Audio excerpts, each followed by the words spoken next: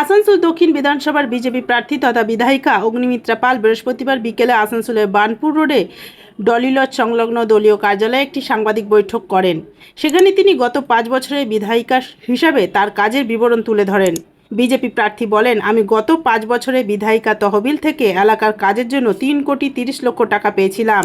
তার মধ্যে ৩,২৯,৮১,২৩৪ টাকার কাজ করেছি। শাসক দলের বিরুদ্ধে থাকা সত্ত্বেও আমি গত ৫ বছরে বিধায়িকা হিসাবে যে কাজ করেছি তা শাসক দলের বিধায়করা করতে পারেনি। তিনি এই বিষয়ে আরও কি বলেছেন আমরা শুনে নেব।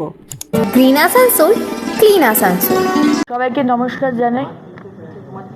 আজকে আমাদের সমস্ত সংবাদ মাধ্যমের বন্ধুরা যারা এসেছেন তাদের কাছে আজকের এই যে প্রেস কনফারেন্স ডাকা,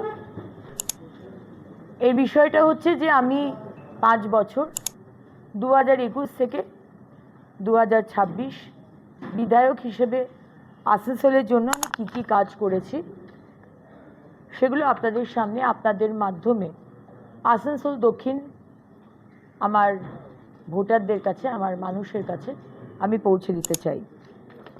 প্রথমেই শুরু করছি, আমি বলবো এই কাগজগুলো প্রত্যেকে দিয়ে দিতে, একটা করে কাগজ আপনার কাছে থাকলে সুবিধা হবে। হ্যাঁ,